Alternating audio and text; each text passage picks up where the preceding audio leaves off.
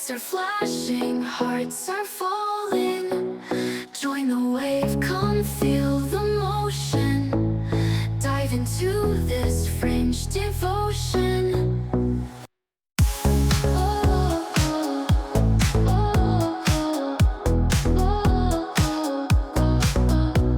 Stories told and laughter shared. Every stage shows how we care.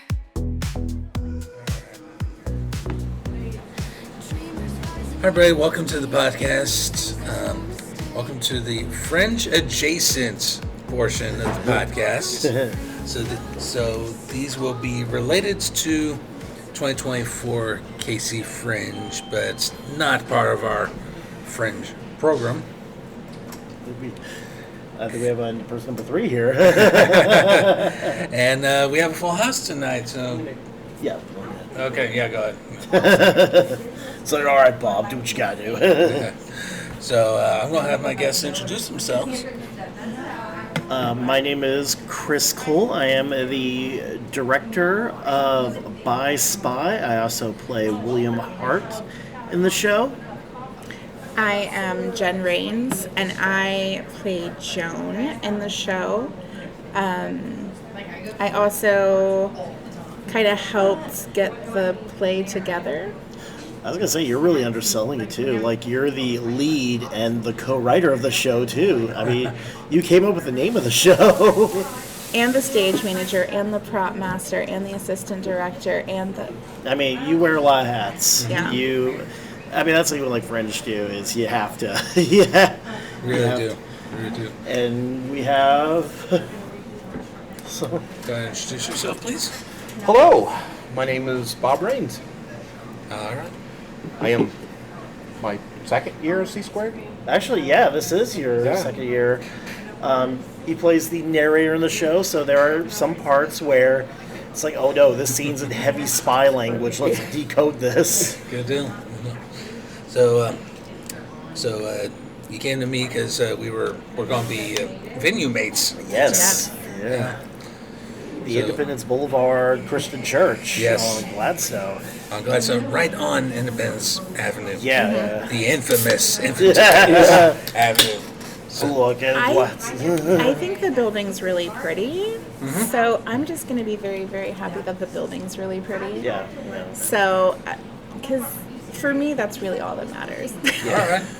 All right. I'm just an architecture goon, so... Well, it's kind of funny, too, because, like, whenever there's...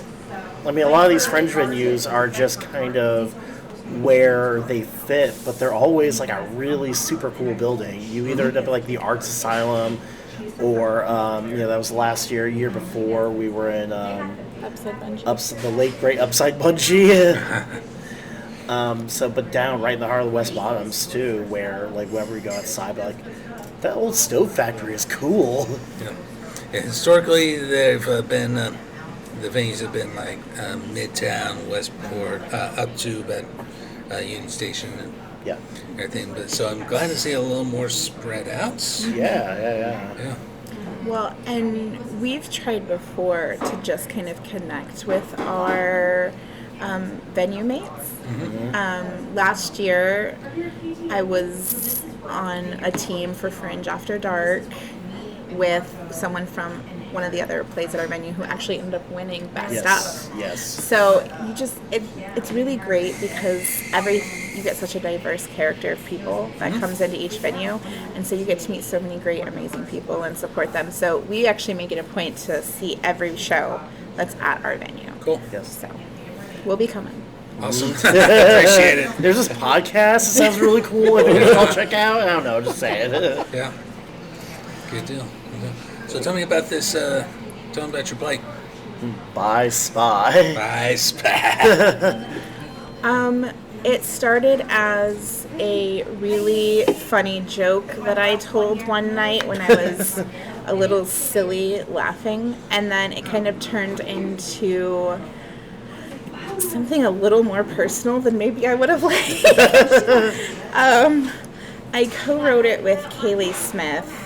And so By Spy is really just written by two chaos bisexuals who are out here just trying to scream into the void, I think. and directed by the one straight who's like, I think this will look good on stage. The one straight who really likes Bond movies, so it's like, okay, here's the trope you might want to think about. And then you got the old guy. You know. I mean, I'm sorry, but it's a legally distinct spy thriller. right. There we go. Yes. It is, it's protected under satire parody, so... But I mean, we also pull from a lot of spy films. Our show is actually set a little bit earlier than like the pop culture spy boom. The signature and the vanilla latte. Oh, thank you. I should point out too that most of the show is written right here in the Nirvana Coffee House Game Lounge too. Which is a very nice place. It's a lot quieter than my usual game place. Yeah. I game at tabletop. Yeah, Look yes. there. Then you have to wear. I have to wear earplugs at tabletop.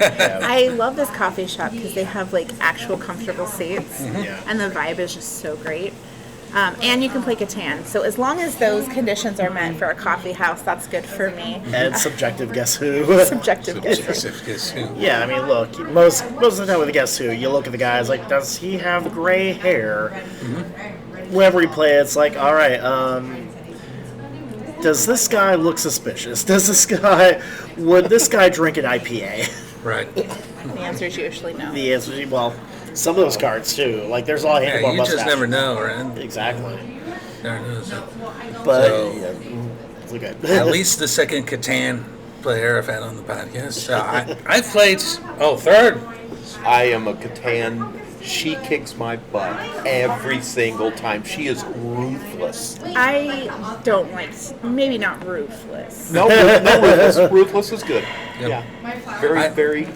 I do own Settlers of Catan as well, and I haven't played lately, but I have played it. And, We play it blind, so we actually flip all the tiles over and all the number tokens. oh wow! And randomize it, and then you pick first, and you only flip what you're actually on, and you have no idea what you're gonna. Well, you kind of have to because you know what resources you're going to be. Yeah, getting, you may get 3 rocks and nothing else. You don't I got it know. right.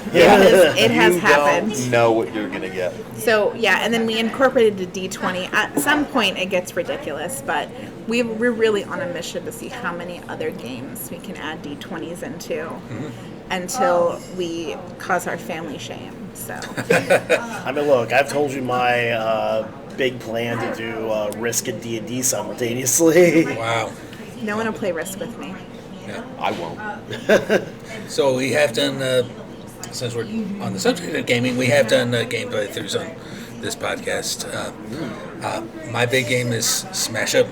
Yeah, Yeah. I have it. I play tested everything from 70s forward. Oh wow. I've only played Smash Up twice. And I think the first time I played, I didn't know the rules, and I was playing with a lot of other people who also didn't know the rules. So I'm not good by any stretch yet. But And it is a simple game to learn. yeah, So that's the funny thing. But, I don't think I've actually played. I think if I have, it's been a long, long time ago. I need look, to... when I say I own a game, that also doesn't mean I've played it very often. Right. Because I have Like what, 150, 200 games? something like that. Look, it's the Steam principle. You buy it, you want it in your library just in case. Yeah. Just in case. And we also have a 3-part Twilight Imperium playthrough. That sounds- That's how long a game is, that you have to break it up into 3 episodes. Yeah, And we did that just down the street over here at Game Cafe. I adore Game Cafe. Yeah. When I worked at the Kansas City Public Library, I was a youth librarian, and I did run a ton of games for kids in the area, including D&D. And they always helped me out with anything I needed and taught me kind of the basics of Magic the Gathering. Not enough that I can play, so please don't try to challenge me. But just kind I've of, never played Magic the Gathering, actually. So.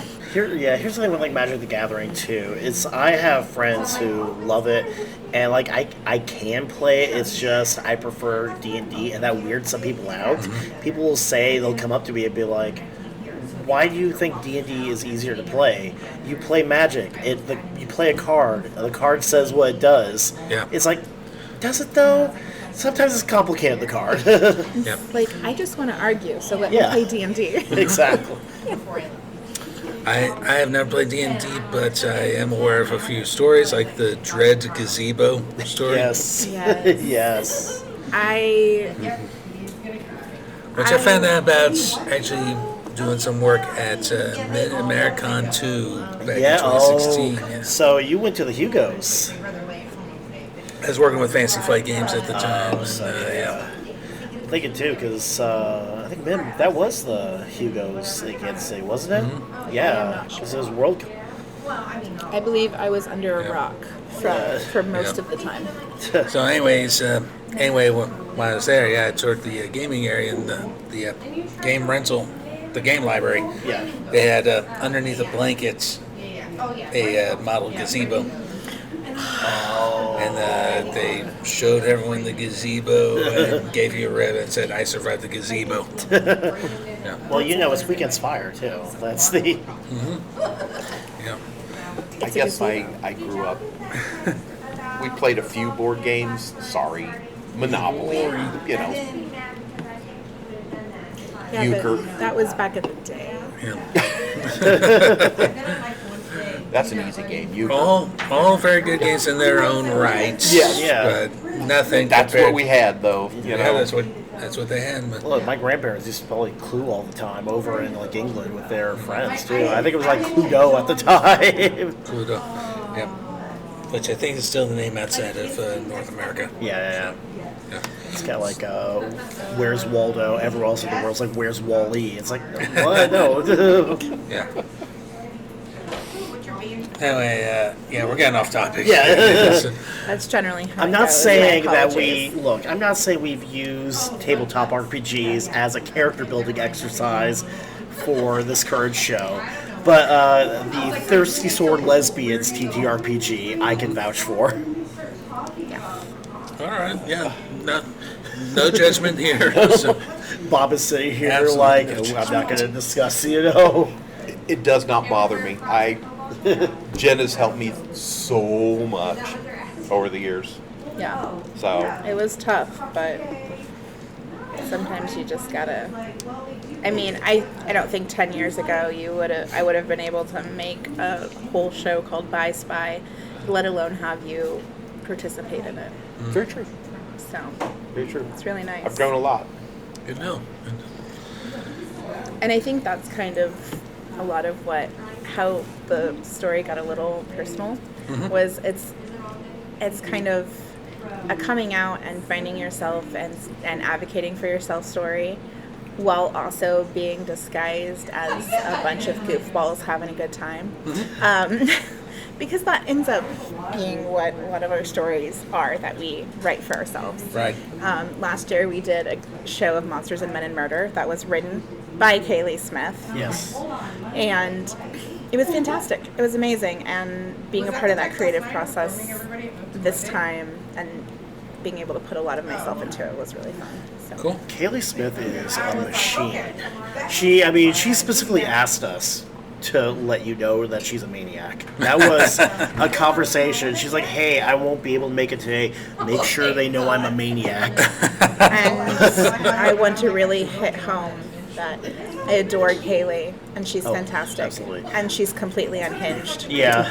So, I mean, it's amazing too because she will, if you need a story, she will get it to you in 2 days.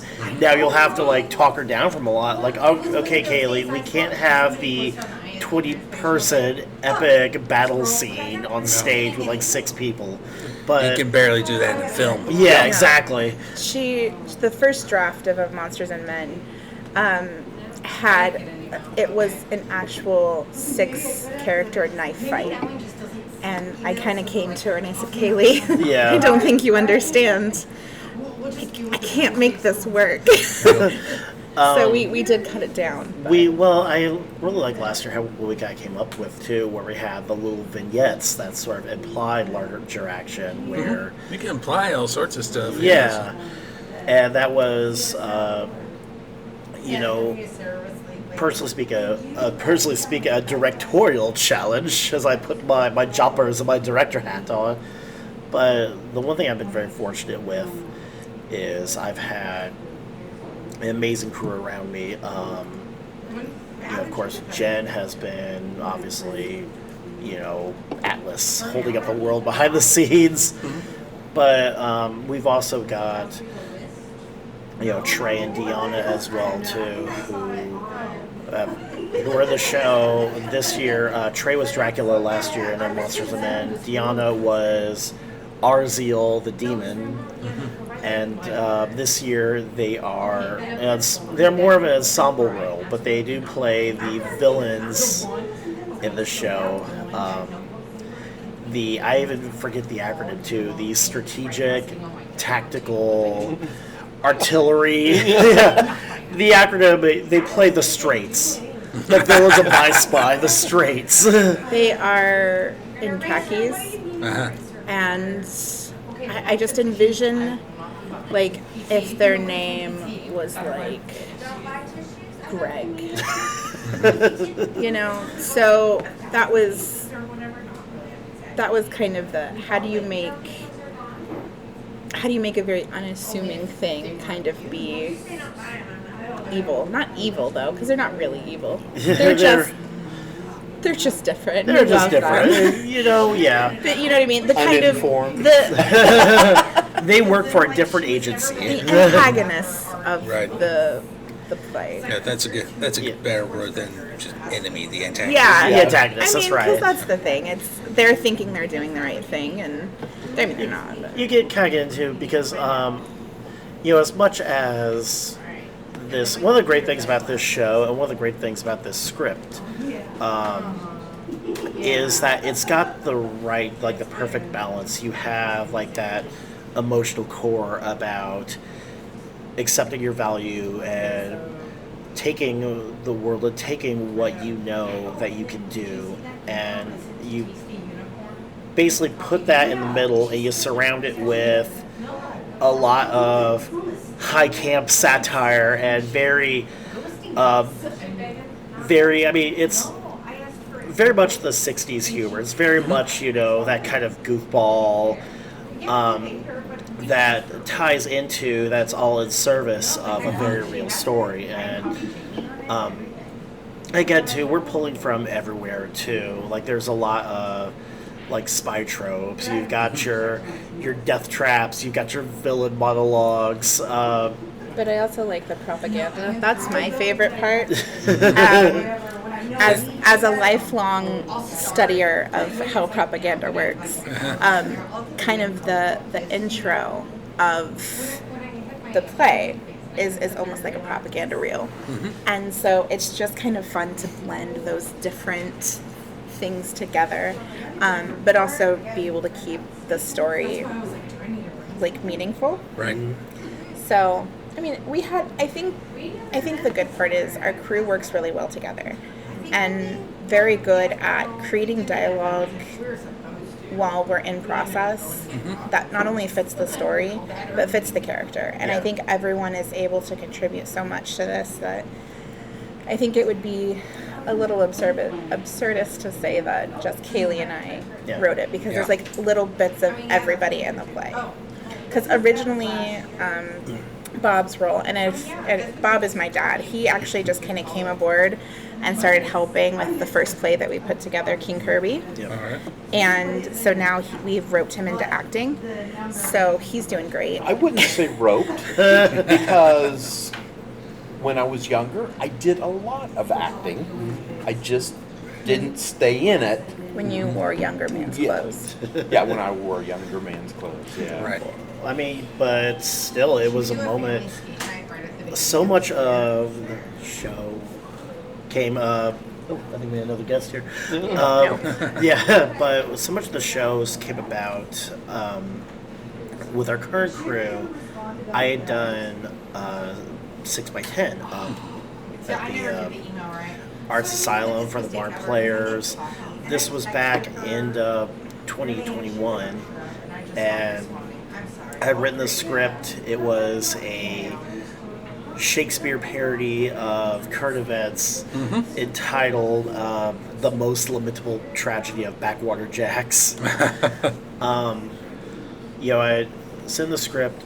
Our director dropped out, so I just went on. I just actually emailed the producer and just said, "Hey, just in case of absolute emergency, if you needed a director, I'd be willing to do it." And then I get a email back like within hours saying, "Can you get a cast together?" So I just go on Facebook and just beg all of my friends, like, please help. But then from there, a lot of that crew went to King Kirby, and Jen had actually asked, like, hey, do you need help with this show? I'd like be involved. One of our actors had to drop out of that show just because of scheduling conflicts. Understandable. And I can tell you the exact moment when I knew Jen would be perfect, because she played, for our listeners who are fans of the Marvel comics, King Kirby is about Jack Kirby, the artist and co-creator of essentially the Marvel universe. And Jen eventually ended up in the role of Roz, his wife, arguably his business partner, and kind of his bulldog at times. Are But you trying to tell me something? well, we had Jen on board just a stage match, and we said, hey, we don't have anybody for this part, can you read for it? And she goes, okay, do I have to do it in accent? It's like, no, you're good, you're fine. Can I do it in accent? And that's when I realized, like, I think we can fill this role. And now she's the lead and co-writer of the current show. To be fair, I tried very hard not to be the lead of the current show. I was actually... One of those things that gets thrust upon you. Well, originally it was planned for a couple of our other cast members to be, like, the stars, but they were doing a lot of nonprofit work over the summer and helping out, and so they're like, we just don't know if we can commit to a huge role. And I was like, well, I can't cast anyone else by this time. We had to get going. And I was like, okay, well, I think it was his plan all along to try to get me to do that. So, but it's good. I think I should probably know my lines better than I do as someone who wrote it. But to be fair, It's kind of like Kevin Smith. The reason he played Silent Bob was he originally, with Clerks, he originally wrote the character of Randall to play himself, and then realized, oh shit, I can't remember the lines that I wrote for this character, so I'm going to cast Jeff Anderson to play Randall, and then I'm going to cast myself to play Silent Bob. Yeah. Just so I can say I'm in the movie. Yeah. Well, and that's one thing when they brought me in, I said, look, I'm getting close to 60. Okay, so when they come to me and say, "Hey, we've got all these lines for you to learn," I'm like, So I asked this year. I said, "If you could give me a little bit smaller," and they did, and I do a lot of acting without saying a word. I mean, look, the parts you do speak are kind of great.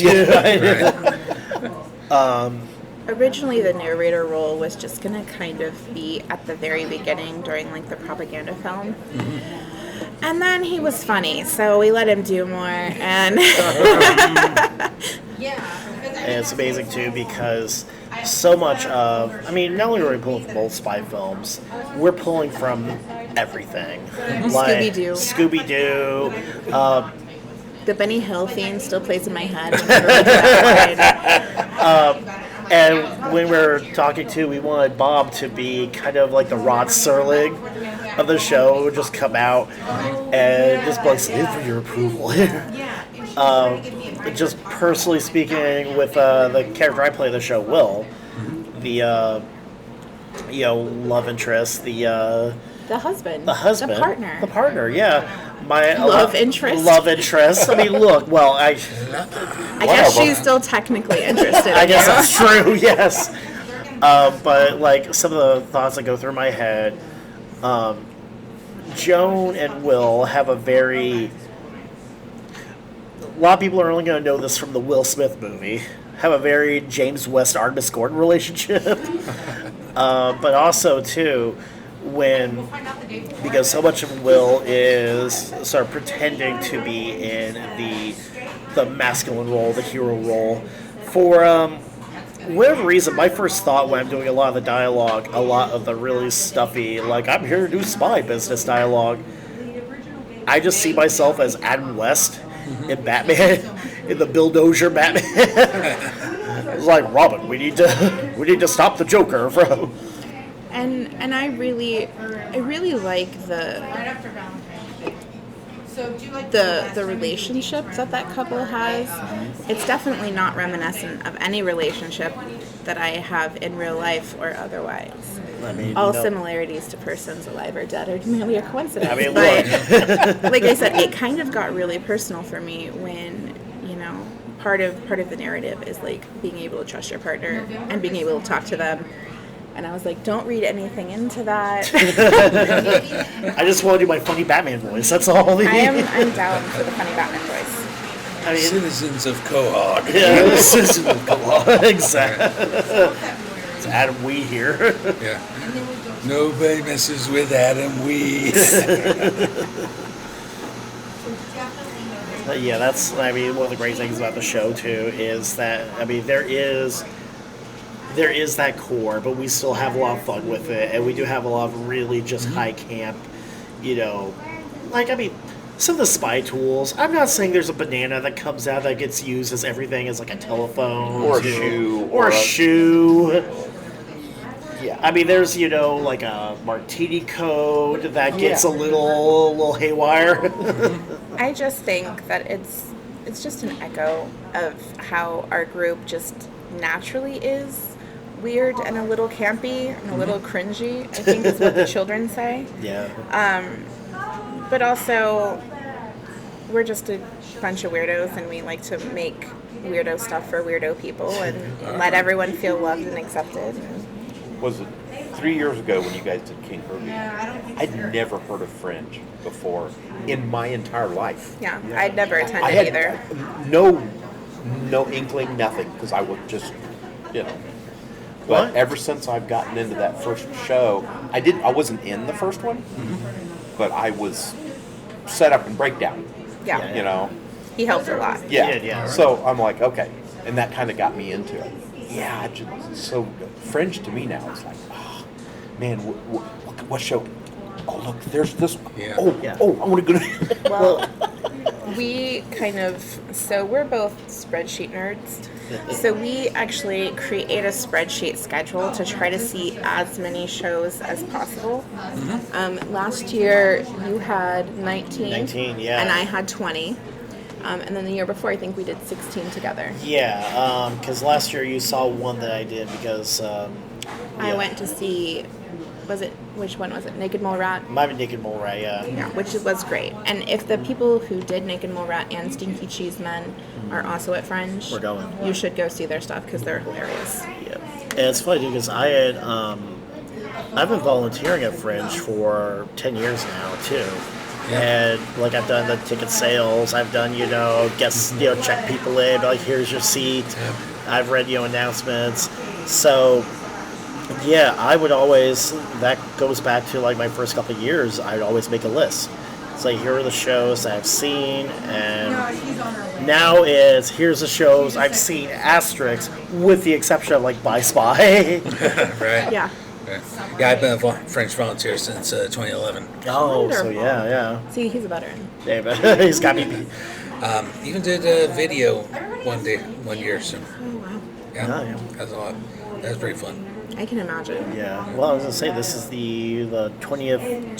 Yeah, you're 20 this year. Oh, wow. Yeah. It's wild too, and you hear I know some people have been there for a while. Brother John started doing it year 2. Brother John's amazing. Yeah. We always go to his show. Yeah. If nothing else too. There are some artists who've been there for years and years. Brother John's always like at the top of my list of I don't care what He's he's like doing. a staple of He is. KC Fringe nowadays. Yeah, so. And he's a good guy. Yeah. Oh, absolutely. And He's we're- super nice dude. Yeah, super. Yeah. When he's on the show, I'm listed. All right. Yeah. Good deal. So I know a couple of plays this year. One is it's Jamie Morrow running the thing, and she's been on the podcast. Yeah. Is paid a genre? I One of the best lines ever. Thank you, Jamie. That is amazing. I mean, look, wasn't that wasn't it like Harrison Ford who somebody asked what he thought being back in the Millennium Falcon, and after all these years, his thought was like, yeah, I thought I'm getting paid. And so I mean, look, we're all making do. We're all getting through the day. well, there's a few people that we've kind of met throughout the years who have shows. And it's kind of like when you see them at your shows, you give them, you say hi because you've missed them all year and you love hanging out with them. And, you guys talk about how things are going and it's great. Abby, what is her show this year? Down the Rabbit Hole, or Down Her Rabbit Hole, I think it is. Yeah, Abby Bland. And then Nathan. Yes. You remember names way better than I do. Yeah. And the faces kind of hurts. But, there's just people that you meet and you get to know, and that's what I love about Fringe, is just kind of getting to connect with people and Absolutely. support everyone. It's so great. And, the one thing, too, it's like, Fringe started in like 2004, right? If I do my math, I get just minus 20 from the... But, I mean, that was when I graduated high school, so I never got to do any of the team playwriting workshops, which, I mean, that seems like such an amazing opportunity, too, for especially younger folks who are looking, who want to be chaos goblins like the rest of us, too. Yeah. I would just suggest find a group and get in and dig in and have fun. I mean, I work a job every day. This is not that. Being in the play, it's hard because, I usually go to bed about 8:30 because I'm up at 4, So to have rehearsals a little late, but I tell you what, just to break up your life, give you something different to do. It is just amazing to get back into this. Yeah. So, and I really appreciate you guys doing it. Yeah, no worries. And we appreciate it. I mean, you've been amazing so far. I mean, it's funny, too, because as much as, I told the story all the time about King Kirby, and when I realized Jen would be the perfect Roz, I think both Jen and I had that moment in The Monsters of Men when we were like, hey, we need Bob to play Bob. The Midwest dad. The Midwest dad. I didn't realize it when I first picked up the script, and then after I read through it, I'm like, oh my goodness. Yeah. And it's funny, too, because whenever they would post us during the festival of, like, come see some of the great shows, they would always have at least one picture of Bob. They would always have him in, like, He was wearing a fanny pack. He was. Fanny pack and a Hawaiian shirt. Socks with sandals, too. Yep.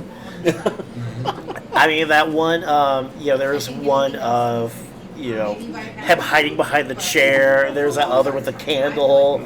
I mean, I got, like, excited whenever I'd see, like, another post on Facebook. That's Bob! They're posting Bob! Good deal. Yeah. All right. So I'm looking forward to this. Looking forward to Fringe, and best of luck with your production. Thank you. And wonderful. Best of luck with yours. We're excited to see it. Absolutely, yeah. We've been kind of looking forward. So, hey, you got a guest list up for the show? You got anything you're revealing right now? Anything you can just... I can wait until we've started. Yeah, well, yeah. As I upset your marketing here. That's all right. Of course, this will released after Fringe is Yeah. completed. Right. But yeah, if you do get a chance, yeah, it sounds like it's going to be a great. If you find a time machine, if you can break space time. I mean, probably we could put it up. I mean, yeah. Online. Oh yeah. Probably, yeah. We could. That would be easier. Yeah, You know. exactly. So, That, too. That might be a look. Yeah, you can keep an eye on the YouTubes. I'm not a physicist, but if you want to say it, and this is after Fringe, get in touch with Chris because he's the social media one. I have deleted all of that, and now I'm thinking about throwing my phone in a lake. But just contact him, and he'll have me give it to you. yeah, you can find me at C Cole Writings on Twitter, or we're not going to call X the ever the gap here. No, We're I just call not it going Twitter, to. too. It's Twitter, yeah. But yeah, I'm also on Instagram and Blue Sky as Urban Spaceman 23. Follow C Squared Productions on Facebook. I'm doing all my pluggables here. Do your plugs because I don't want anyone to get in touch with me ever. So Yeah, exactly. I'm like, please be my friend. Follow me. Look at my pictures of food and abandoned buildings on Instagram. Right. All right, good deal. And I think that's a great. yeah. Thank you all for no worries. thank Thank you. you. It was Yeah. great. It was great. And everyone listening at home, that'll do it, and we will talk to you next time. Bye. I won't talk to you next time. We'll be back on the show, right?